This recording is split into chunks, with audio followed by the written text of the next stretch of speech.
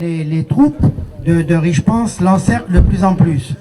Alors, des points qui sont toujours restés aux mains des troupes de Delgrès, c'est Dolé, l'ancienne habitation des Carmes, qui est toujours restée aux mains des troupes de Delgrès, avec Palerme qui commandait le point. Le Haut-Helmont également, que vous allez passer derrière le Haut-Helmont. Le Haut-Helmont aussi est resté tout le temps aux mains des troupes de Delgrès. Sur les hauteurs du Haut-Helmont, il y avait une batterie avec des canons qui contrôlaient le fort. Alors, le 22 mai 1802, la batterie qui était située à Bisdari a été prise à 4 heures de l'après-midi. À ce moment-là, Delgrès sait que s'il ne sort pas ce moment-là, s'il ne sort pas ce soir-là, il sera complètement encerclé et il ne pourra plus sortir. Donc il décide, avec les troupes qui sont à l'intérieur du fort, il faut bien penser que beaucoup sont déjà hors de combat. Elle montait du Gommier et elle montait directement sur Parnasse, qui était la route de l'époque, et elle redescendait de l'autre côté pour rejoindre le chemin qui monte sur la Soufrière. Voilà. Bien, donc vous allez refaire le chemin de Delgrès et d'une grande partie des compagnons pour arriver à Danglemont. Voilà, bon courage, et vous avez de la chance aujourd'hui, il n'a pas eu les années précédentes. Plus facile, c'est une façon de parler. Voilà, bon courage, et comme on l'a dit, c'est une marche, c'est pas une course.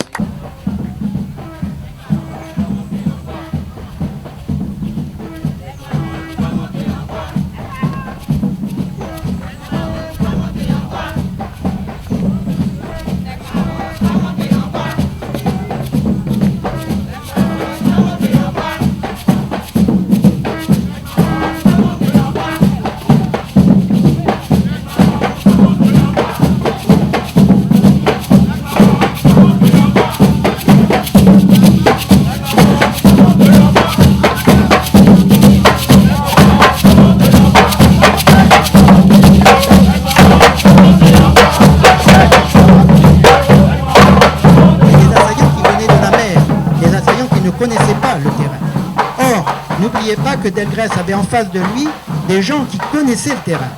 Donc Gobert, qui était guadeloupéen, mais également une partie des troupes coloniales qui étaient passées du côté de Richepanse. Et donc, quand ils sont arrivés, au lieu d'essayer de passer de front, ce qui n'était pas possible, puisque comme je vous ai dit, le pont de Nausière, par exemple, c'était impossible de passer, et d'autre part, au-dessus du pont de Nausière, je ne sais pas si vous avez vu en passant, il y a un chemin qui monte. Et donc il y avait des fantassins et des canons qui étaient au-dessus, qui dominent le fort, donc le pont. Donc impossible de passer. Alors, qu'ont fait les troupes de Richepanse? Quand ils ont poursuivi Ignace et Palerme, ils l'ont poursuivi jusqu'à Pointe-à-Pitre. Pendant ce temps, Delgrès s'est fortifié dans son dernier retrait. Et quand les troupes de Richepanse ont combattu, une partie s'est installée dans le camp de Bologne. Le camp de Bologne était entre la distillerie Bologne actuelle et la rivière, sur une espèce de plat qui était là. Et l'autre partie s'est installée sur la route de Choisy, donc vers ce qu'on appelle l'Îlet, c'était là qu'était l'état-major. Donc le matin du 28 mai, Delgrès avait installé des estafettes de chaque côté. Et quand ils ont vu de bon matin que les troupes se mettaient en route, les estafettes ont averti Delgrès. Et Delgrès donc s'attendait à prendre le pont.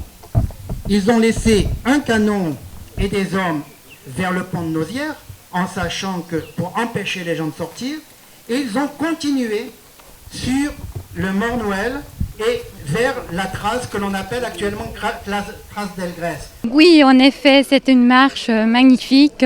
J'étais très contente de l'avoir fait. Ça fait 5 ans que j'habite ici et c'est la première fois que je fais cette marche. Donc très conviviale, beaucoup d'amitié, on était tous contentes. Et puis surtout que j'ai appris beaucoup sur l'histoire de la Guadeloupe. Ça fait les gens qui habitent ici, les gens qui viennent d'ailleurs, c'est l'histoire. Moi d'ailleurs, je ne connaissais pas trop, mais depuis quelques temps, j'essaie de me renseigner un petit peu, puisque c'est la terre de mon fils aussi. Donc c'est important de connaître l'histoire. Parce que nous, on échange entre les marcheurs et puis à chaque fois, on apprend des choses. Donc c'est vraiment pédagogique. Voilà, donc à chaque fois, si vous voulez, il y a de nouvelles choses. On a fait des recherches, on a trouvé des choses nouvelles. Le discours n'est pas le même. Le public aussi, il y a beaucoup de personnes qui reviennent chaque année, mais le public également change. J'ai vu cette année, il y avait du monde qui n'était jamais venu. Et cette année, ça a été particulièrement, le public a été particulièrement nombreux et attentif, ce qui fait qu'on a pu également rassembler tout le monde.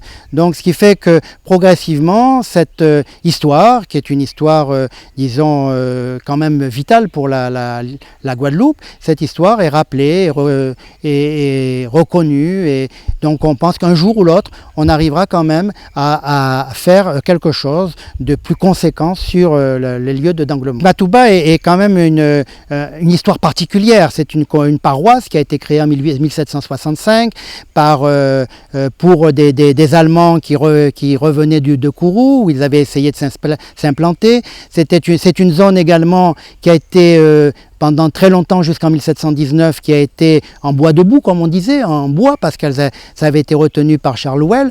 Et donc, c'est une zone vraiment très particulière. Et il faut dire aussi qu'en définitive, en Guadeloupe, chaque commune est particulière. Mais Matouba est encore plus particulière que les autres, parce que c'est la seule, disons, commune, qui maintenant est intégrée à Saint-Claude, mais la seule paroisse qui est une paroisse de montagne. Il faut d'abord mettre au jour toutes ces ruines, les mettre au jour avec des explications pour le commun des mortels. Et également, donc, la question, c'est des corps. Mais les corps, justement, avec les nouvelles découvertes que l'on a faites, avec les nouvelles recherches que l'on a effectuées, on se rend compte que les corps ne peuvent pas être là. Donc, où sont-ils? Est-ce qu'ils sont dans une fosse commune? Ça semble peu probable. Est-ce qu'ils ont été, disons, jetés dans la rivière qui est à 50-60 mètres?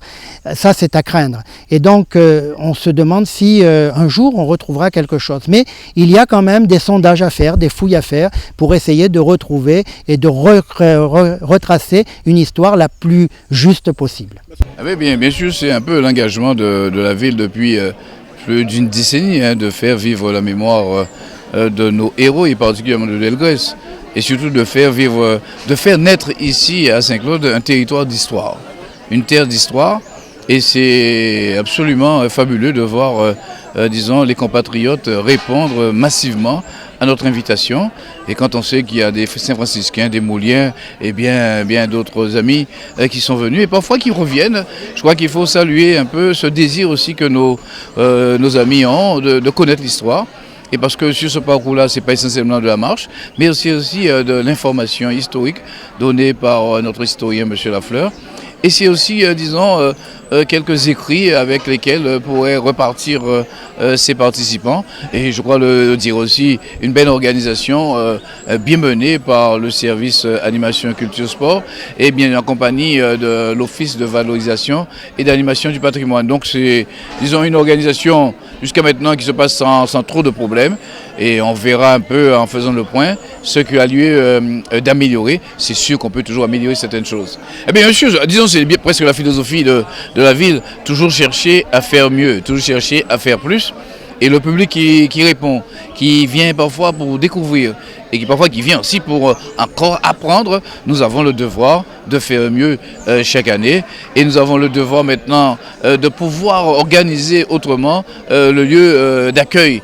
Et je crois que les choses étant ce qu'elles sont en cette année mémorielle, après le Memorial Act, nous devons véritablement maintenant passer à une autre vitesse, à une autre phase qui aurait pu être la première, c'est vrai. Si d'aventure bien d'autres avant nous s'étaient élevés, ici, sur ce terrain-là, l'habitation de Glomont devienne le rendez-vous de la liberté. Et bien sûr, si l'esclavage a sévi sur l'ensemble de l'archipel guadeloupéen, c'est bien à Saint-Claude quand même, on va dire que le sang de la liberté, le sang de Delgrès a irradié, a irrigué les terres, et il est grand temps maintenant qu'on fasse sortir ce sang-là. Je me plais à le dire depuis une décennie, vous me direz, mais je crois quand même qu'il faut qu'on passe de l'engagement à la réalisation.